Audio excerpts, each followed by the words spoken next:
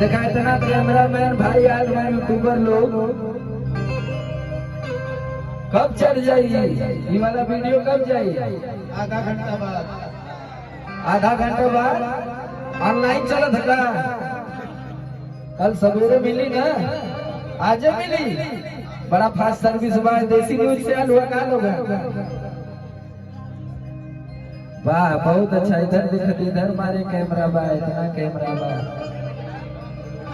एक बार हमारे सभी यूट्यूबर भाई जितने भी हम लोगों को दूर दूर तक पहुंचाते हैं इन लोगों के लिए भी इस मंच के माध्यम से स्वागत करते हैं हम लोग अभिनंदन करते हैं। हाँ कहे के बाद किशन जी कि चैती बयरिया मचौले बात तबाही अल्लाह लस दे करे आवेला जमाई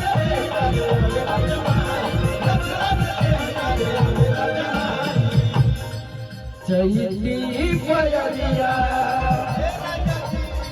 मचौले बात तबाही लस दे करे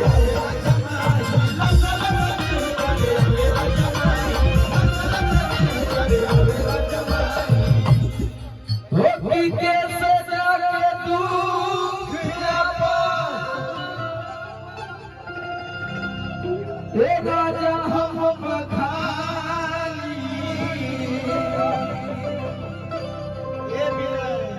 होती कैसे जाके दुख ये राजा हम बखानी चला हल्की जैसे चले महुआ राजा छुए वो जवानी